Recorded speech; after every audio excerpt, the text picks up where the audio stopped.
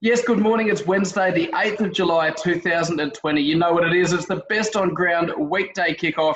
Really simple premise. 5 massive sports stories making waves this morning.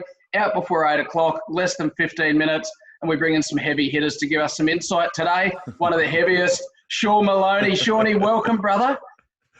125 kilos, never over, never under, Pete Fairbairn. And you can see that I've got kind of bags under my eyes. That's because of the news that's dropped overnight that we're going to get into in just a second around what may be playing out with the Olympics next year. Yeah, that's right. Sean Maloney has been up since 3 a.m. in Seal Rocks this morning reading the newspaper so that you don't have to. We're going to start off today down in Melbourne. An article in The Age from Mick Lynch and Pat Stringer with the farcical bid by the 3 Melbourne A-League clubs to flee the city collapsing. Basically, second day in a row that Melbourne Victory, Melbourne City and Western United have tried to get out of coronavirus-stricken Victoria to move into a hub in New South Wales or ACT and haven't been able to do so. Shawnee, talk me through some of the details here. And how is it that the FFA shoot themselves in the foot? Every other code manages to get their teams out. All right, I reckon we're getting a little bit heavy on the FFA to start off with. Let's come back to what's actually unfolded. So as you say, 2 nights running, which included the entire troop trying to get out to Tullamarine and get cleared late at night on Monday. They were sent home. There were issues around what was happening with the plane itself and some weather. So return to have another crack at it, denied again, and now they're in this real state of flux because of the ACT, Pete, have said that there will still be that requirement of the 14-day quarantine period they need to enter into if they were to bounce from Melbourne into that part of the world. I think we might be going too hard on the FFA because, or on the teams down there rather, Pete, because these other codes that you mentioned have been able to get it up and running. There has been a little bit of leeway offered, and I think they are deserved of the same crack that both the NRL and AFL have copped from those governments in ACT and New South Wales as well. Yeah, fair shake of the sauce bottle there, Shawnee. So essentially, the ACT government did say to the Victorian teams, yes, you can come in, but you won't be able to train for 14 days of quarantine. Obviously, those teams saying that would be a massive disadvantage for them when the A-League competition resumes. Also, I guess, the developments in Victoria, they've moved pretty quickly in the last 24 to 48 hours as well, Sean. Indeed, we saw that the Melbourne Rebels kind of saw the writing on the wall with the rugby side of things. They bounced up to Canberra. Pete, I think it might have been a couple of weeks back to get set for the start of Super Rugby in Australia. So they kind of saw the warning signs and bounced clean and bounced early. But again, that came at a huge cost. So it was around $200,000 to put them up in Canberra for that extended period of time. So I just wonder what it looks like, Pete, in terms of that extra hit as well that those Melbourne sides would have copped relocating if you multiply that by 3 and then you consider that A-League financially isn't in super shape either, that may have been part of the reason they were just biding their time before bouncing out. For those watching on Facebook or YouTube, you'll see the Golden Strainer makes its first appearance. That's how we bounce through to our next topic. And it's a big one up here, my way in the Sunshine State. We know that the Brisbane Broncos and Anthony Seibold are under a ginormous amount of pressure. There had been calls to bring Kevin Walters in as an assistant coach. Of course, Seibold famously beat Walters to that Broncos head coaching job. Peter Bedell in the Courier Mail today says, Walters will not be joining the Broncos to assist Seibold. Walters, quote in the article, says, I haven't been approached. I'm pretty busy with Queensland State of Origin anyway. Is this a bit of a case of little Kevvie saying, well, Seibold could be out of a job pretty soon and maybe I just want to bide my time and not be guilty by association here? You know what's interesting, I think, Pete, is that you've got a couple of former greats indeed from the Broncos who've now kind of said thanks but no thanks. If we spin it back a couple of weeks, the Broncos got blown out badly in a game. I mean, they've copped a couple of really big touch-ups in recent times, and Gordon Tallis was offered a chance to come in and help with the team at Red Hill via their captain who reached out. I think Lodge said, listen, Gordy Tallis is ripping in. He's more than welcome to come down. And Lenihan, he said pretty much unequivocally, no, that will not be happening. And now I've got this situation as well. So it makes you question don't make me use the word culture, Pete. Don't make me use the word culture, but what the vibe is inside that club at the moment, where you've got a situation where these legends of the club are sort of going the other way instead of bouncing straight in and rushing and racing into lend a hand. Yeah, it's they're certainly not vibing at Red Hill, that's for sure. We move to our third and our big story for the day, and it comes from Phil Lutton in the Sydney Morning Herald. He's reporting on the fact that if a vaccine is not found for COVID-19, it's highly unlikely that the Olympic Games would go ahead in Tokyo in just over 12 months' time.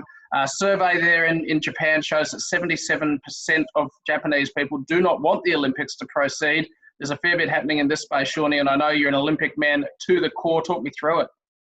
Yeah, I think this is probably the biggest story of the day by quite a stretch when you consider the gravity around it, the fact that we're already delaying it a year, that we've got athletes in a state of, I guess, confusion and not knowing, and it's an awful space for them to be the type of people who time things to the second, as well as the issues around COVID and its continued damage worldwide. I just wonder if this is the case. So assuming that we can't find a vaccine in the next little bit, Pete, and it needs to be in the next little bit so that they can start preparing accordingly. You can have a truly run Olympics as well. What sort of damage that would have to Japan as a country? I mean, you consider the millions and millions that they've sunk in to the infrastructure around the games and getting it set, ready to go. The obvious uptick on the other side of it in terms of tourism and that kind of thing, and people who'll be flooding in on the other side of the Olympics, and the damage potentially it will cause to the country of Japan as well. It's staggering. You talk about, the athletes plan everything, to the minute, to the day, to the week. For a lot of these athletes, this is their one opportunity to shine on a global stage. I mean, we see, some of the rugby sevens stars like Charlotte Caslick, Elliot Green being linked with the NRLW competition. But if you're a swimmer or a hockey player, there's not really a lot of alternatives right now in different competitions to go and play in. So this is your whole livelihood and your athletic career at stake. I'd consider the thought of potentially trying to run. I was just trying, as we all do in these COVID times, Pete, trying to work out ways you can potentially problem shoot or navigate your way around it. So still have some of those individual tournaments. Teams with obviously a completely different story. But some of those individual tournaments where they could be done remotely. So you have a qualified Olympic judge in Sydney, for example, and you've got your best sprinter in the country who puts down a time for the 100 metres. And then the same thing is echoed around the world. Times are collated, we get ourselves a gold medalist. But there are just too many factors, I think, outside of having it as a truly run thing. And I guess that's the other beauty of the Olympics, isn't it, Pete, where it is a complete coming together of people from all around the world. Part of the allure is the village. Part of the allure is for a battling kid from Latvia's handball team to potentially meet Usain Bolt. Like, that's what it's all about. So it's the vaccine, and that's what needs to be nailed down sooner rather than later. And you'd have to think, wouldn't you, that back to the point that we've both hit on there, that to get it nailed specifically to the second, to the millisecond, to become the best in the world in your pursuit, that you would need to know now that your body's going to be fit and ready to go for that exact moment in time. It's about the fluidity. It's about the new normal. It might be the Zoom Olympic Games. I guess we'll watch that one, not only with interest, but with real compassion for the athletes involved. Our penultimate story today is the 15-man code, and Wayne Smith in The Australian, a nice little article there, an interview with Nick White, of course, returns to Australian shores after a couple of years playing for the Exeter Chiefs, very successfully, I should say, in the UK as well. White comes back. He's in isolation at the moment with a newborn, another kid and his wife, looking forward to getting back in contention to play for the Brumbies in the second half of this Super Rugby AU competition. But what I want to talk to you about is the state of the Wallabies number 9 jersey, because we know Will Genya's retired from Test footy, but White doesn't come back as a fait accompli to have first dibs on that number 9 jersey. You've got Tate McDermott in excellent form. You've got Nick Frisby back in the mix. You've got Jake Gordon in Sydney, Joe Powell in cracking form in the capital. You've even got Nick Phipps with unfinished business over at London Irish, who said he will always be available. What's that number 9 jersey look like to you? Well, I know what it looks like when Nick White came back last year and stepped straight in against the All Blacks and played a huge hand in that massive win over in Perth last year. And then he kind of fell out of favour again through the World Cup. So maybe with a more chartered run via Dave Rennie, the new Wallabies coach, we'll see more of Nick White in that number 9 jersey. That was part of that real mismatch and misrun of combinations in the 9-10 jerseys for the Wallabies. He'll bring a ton back with him. It's just so great to see, I think, Pete, that these blokes will come back from their time in the Premiership in England and they deliver so much experience, and they're more well-rounded in terms of their games as well when they come back to Australia. We've seen that with a couple of others that have come back, even the older hands like Lockie McCaffrey, who has returned with the front runners, the Brumbies, and he just brought back an entirely new skill set. So Australian rugby will be better for it, but as you say, there are so many youngsters now nipping away, and I do love the look of Tate the Snake McDermott out of the Queensland Reds.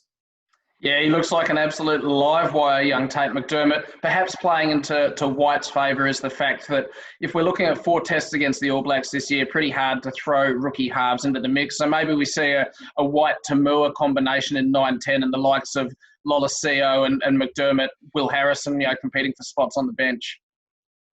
I would like to see a 14-test series between Australia and New Zealand when it comes to the Bledisloe, Pete. I just want nothing but back-to-back Bledisloe games so we can all get our return COVID hit later in the year when it comes to international rugby. I like it. Back to back to back to back to back. All right, our final story today heads down to the Herald Sun. John Ralph, he's spoken with Brisbane Lions Premiership great Alistair Lynch about where the AFL Grand Final should be held this year. Lynchy throwing up a novel idea. How about, if it can't be played in Victoria at the MCG, we give the highest finishing interstate team the hosting rights? Thoughts on this one, Sean?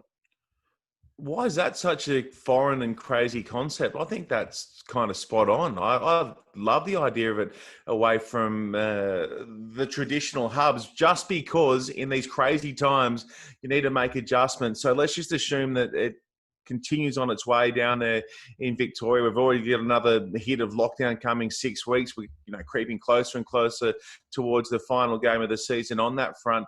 What's the problem with having it somewhere in a state that's not ravaged by COVID still, where I'm assuming, Pete, there's still going to be social distancing measures in place if they do have it at the G. So why not take it somewhere where we can sit side by side and really rip and tear? We know that Queensland and New South Wales, their TV ratings for AFL have been through the roof, obviously. Brisbane Lions and Gold Coast Suns in cracking form. We might see a grand final in the Sunshine State. Shawnee, before I let you go, I need to know, what's your one to watch in the world of sport today? This one dropped late yesterday overnight, Australia time. Patrick Mahomes, the Super Bowl winning quarterback, landing a 10-year deal worth over $500 million. Just want to let that sit with you for a little bit. I know that best on ground is tracking upwards in the same way that Mahomes did early on in his career, the gunslinger from KC, but just let that sink in. That's $500 million, Pete Fairbairn, $500 million. You keep doing what you're doing and you might be like Patrick Mahomes. Not bad if you can get it. Of course, the biggest deal in the history of US sports. Sean Maloney, what an absolute pleasure to have you join us live from Seal Rocks this morning. You have yourself a fantastic day and we'll catch up again very soon. Take it easy, mate. Thanks for having me on. Best on Ground Weekday Kickoff. Get it where you get your podcasts, also on Facebook and YouTube. Catch you later.